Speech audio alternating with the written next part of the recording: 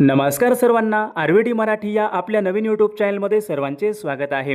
बघा, आजच्या व्हिडिओमध्ये आपण या ठिकाणी महा टी परीक्षा सन 2026 बघा या ठिकाणी अतिसंभाव्य या ठिकाणी पेपर पाहणार आहोत। बघा, आता या पेपरमधील बघा हे सर्व प्रश्न परीक्षेच्या दृष्टिकोनातून खूप महत्त्वाचे आहेत, त्यामुळे हा व्हिडिओ सर्वांनी प्रामाणिकपणे शेवटपर्यंत पाहायचा आहे। व्हिडिओ आवडल्यास व्हिडिओला एक लाईक करायचा आहे आणि चॅनलवर नवीन असल्यास चॅनलला सबस्क्राईब करायचं आहे, कारण तुम्हाला अशी महत्त्वपूर्ण व्हिडिओज नक्कीच बघावयास मिळतील। बघा, आता या ठिकाणी प्रश्न क्रमांक पहिला पहा काय विचारलाय, सोने या शब्दाचा योग्य समानार्थी शब्द खालीलपैकी कोणता आहे। बघा, सर्वांनी योग्य उत्तर सांगायचा प्रयत्न करायचा आहे।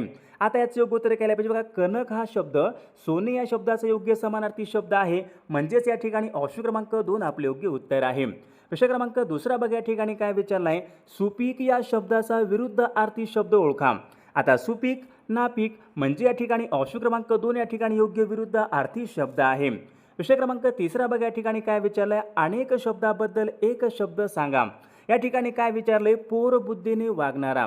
आता पोरबुद्धीने वागणारा आपण त्यांना काय म्हणतो, पोरकट, म्हणजेच या ठिकाणी ऑप्शन क्रमांक 2 आपले योग्य उत्तर आहे। विषय क्रमांक चौथा बघा या ठिकाणी काय विचारलं, वाक्प्रचार योग्य अर्थ सांगा। अर्धचंद्र देणे। आता अर्धचंद्र देणे म्हणजे काय असतो, अर्धचंद्र देणे म्हणजे काढून टाकणे, म्हणजेच या ठिकाणी ऑप्शन क्रमांक 3 आपला योग्य अर्थ आहे। विषय क्रमांक 5 या ठिकाणी काय विचारलाय, पुढील शब्दापैकी भाववाचक नाम ओळखा। आता या ठिकाणी भाववाचक नाम कोणता असेल, शहाणा, नम्र, गायक, शांतता। शांतता बघा या ठिकाणी शब्द भाववाचक नाम आहे, म्हणजेच या ठिकाणी ऑप्शन क्रमांक 4 आपले योग्य उत्तर आहे। विषय क्रमांक पुढचा बघा, कमलनयन। आता कमलनयन या शब्दामध्ये कोणत्या प्रकारचा समास आहे।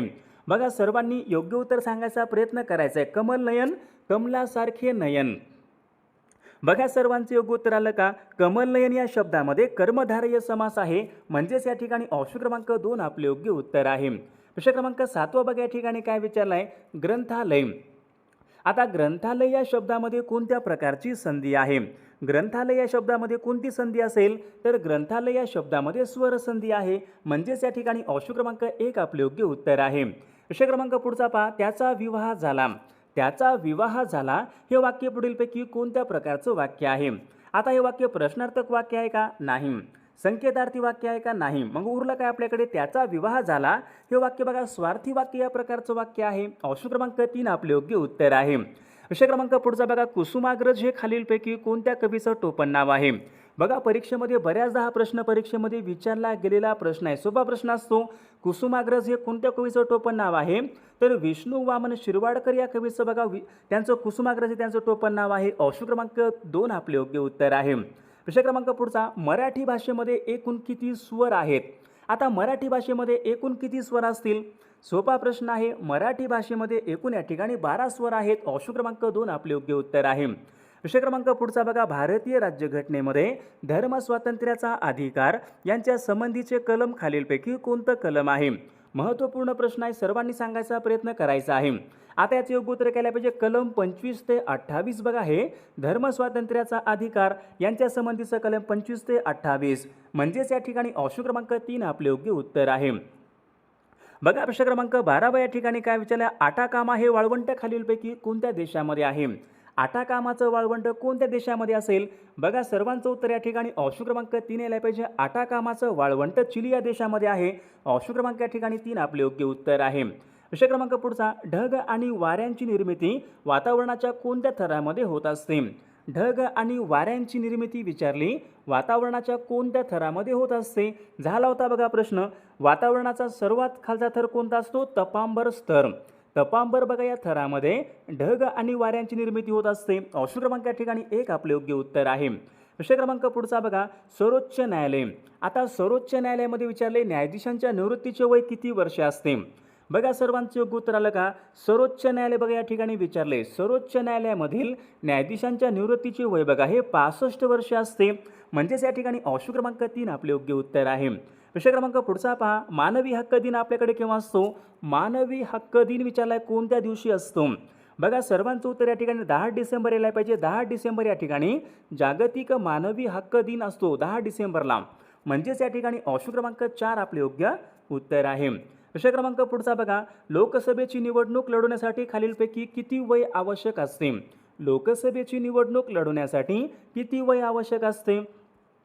बघा त्याचे योग्य उत्तर काय पाहिजे, लोकसभेची बघा निवडणूक या ठिकाणी 25 वर्ष या ठिकाणी आवश्यक असते, 25 वर्ष, ऑप्शन क्रमांक 2 आपले योग्य उत्तर आहे. विषय क्रमांक पुढचा बघा, लोकसभेचं मुदती पूर्व. आता लोकसभेचं मुदतीच्या पूर्व विसर्जन करण्याचा अधिकार कोणाला असतो, कोणाला असतो अधिकार हा, लोकसभेचं मुदतीपूर्व विसर्जन करण्याचा अधिकार बघा राष्ट्रपती यांना असतो, ऑप्शन क्रमांक 1 आपले योग्य उत्तर आहे. विषय क्रमांक पुढचा, भारतीय राज्यघटनेच्या घटनादुरुस्तीच्या एकूण किती पद्धती आहेत. आता घटनादुरुस्ती बघा पद्धत सर्वांना माहीत आहे, भारतीय राज्यघटनेच्या घटनादुरुस्तीच्या एकूण किती पद्धती आहेत. बघा आपण या ठिकाणी 3 पद्धतीने घटनादुरुस्ती करू शकतो, ऑप्शन क्रमांक या ठिकाणी 3 आपले योग्य उत्तर आहे. विषय क्रमांक पुढचा, मायावती विचारले खालीलपैकी कोणत्या पक्षाच्या नेत्या आहेत. मायावती कोणत्या पक्षांच्या नेत्या आहेत.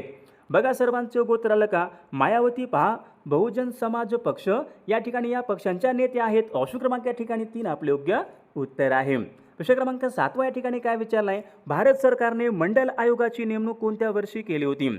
आता मंडल आयोग, भारत सरकारने मंडल आयोगाची नेमणूक कोणत्या वर्षी केली होती, तर सन 1978. सन 1978 बघा या वर्षी भारत सरकारने मंडल आयोगाची नेमणूक केली होती, पहा ऑप्शन क्रमांक 4 आपले योग्य उत्तर आहे. विषय क्रमांक पुढचा, लष्करी तोयबा. आता लष्करी तोयबा बघा ही दहशतवादी संघटना खालीलपैकी कोणत्या देशाची संघटना आहे. लष्करी तोयबा कुठली आहे, पाकिस्तानचे विद्यार्थी मित्रांनो पहा दहशतवादी संघटना आहे पाकिस्तान देश, ऑप्शन क्रमांक 3 आपले योग्य उत्तर आहे.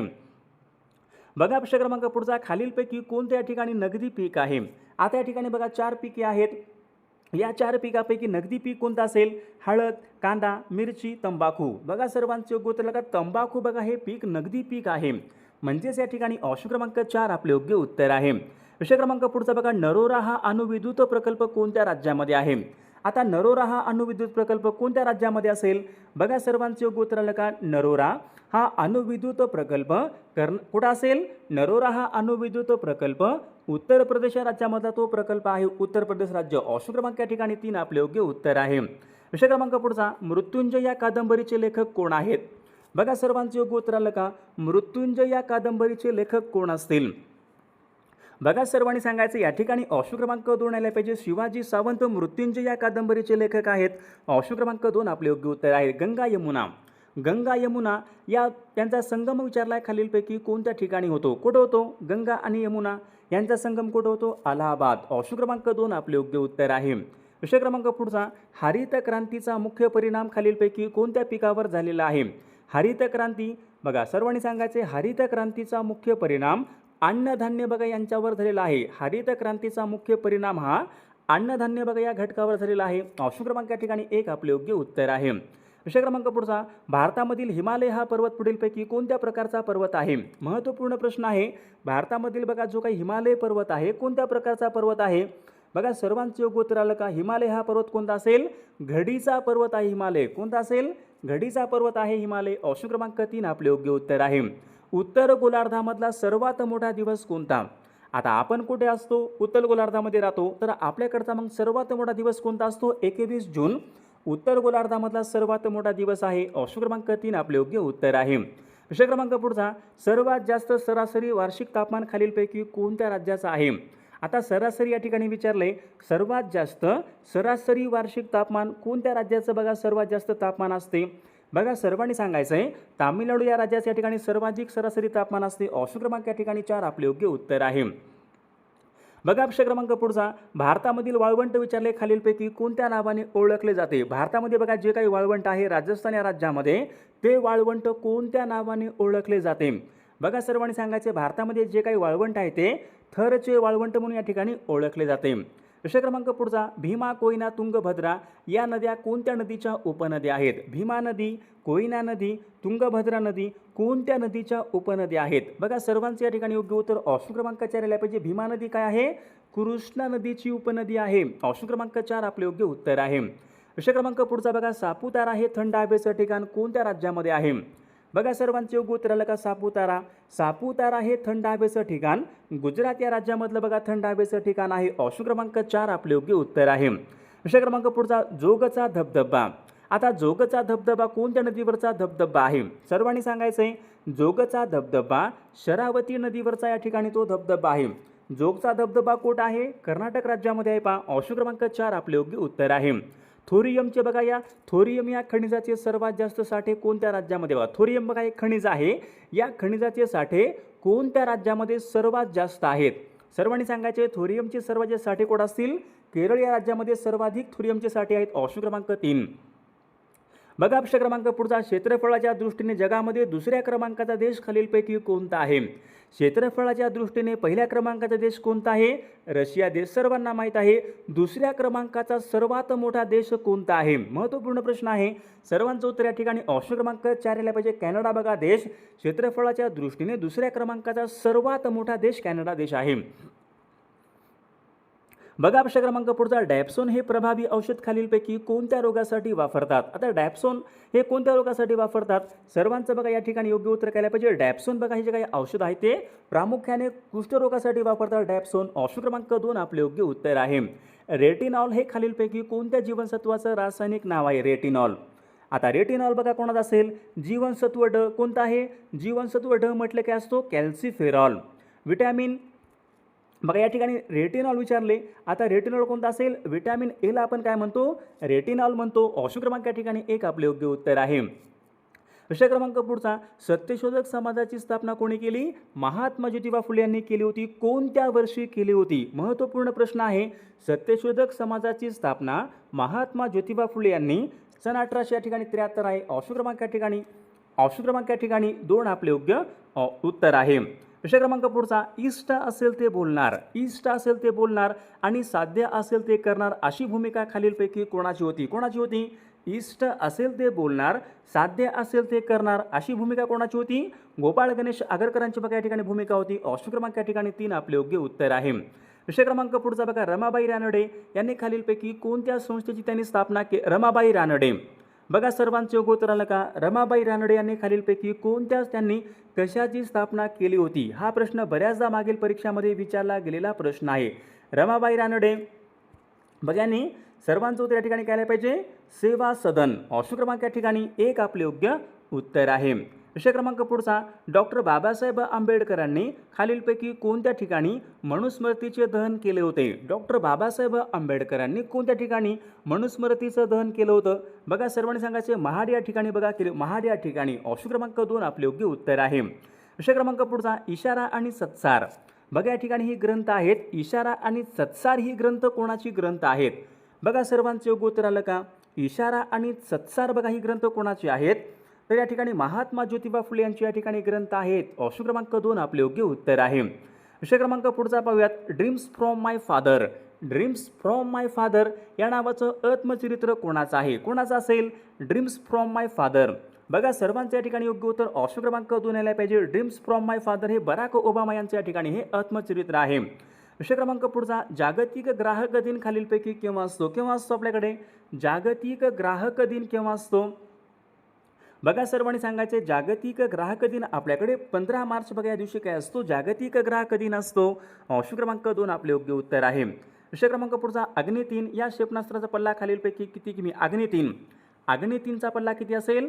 बघा 3000 किमी या ठिकाणी अग्नि 3चा या ठिकाणी पल्ला आहे, ऑप्शन क्रमांक 3 आपले योग्य उत्तर आहे. जमिनीवर मारा करणारे क्षेपणास्त्र कोणतं आहे? कोणतं असेल? जमिनीवर मारा करणारे क्षेपणास्त्र खालीलपैकी कोणतं आहे?